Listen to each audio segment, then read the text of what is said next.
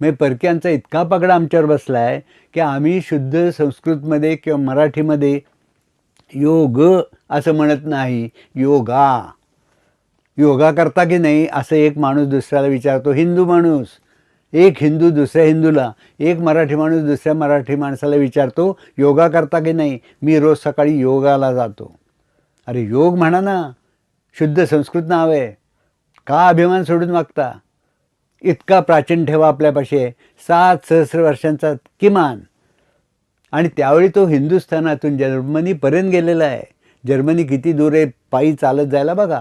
इतक्या दूर तो गेला होता, म्हणजे आधी कित्येक निदान 10 वर्ष तरी त्याला लागली असली पाहिजे तिथे जायला. आणि ही संस्कृती सांगते मी आधी कितीतरी प्राचीन अशी संस्कृती आहे, त्याचा अभिमान बाळगा. निदान आता हे मी माझं बोलणं ऐकल्यावर तरी योगा असं म्हणत जाऊ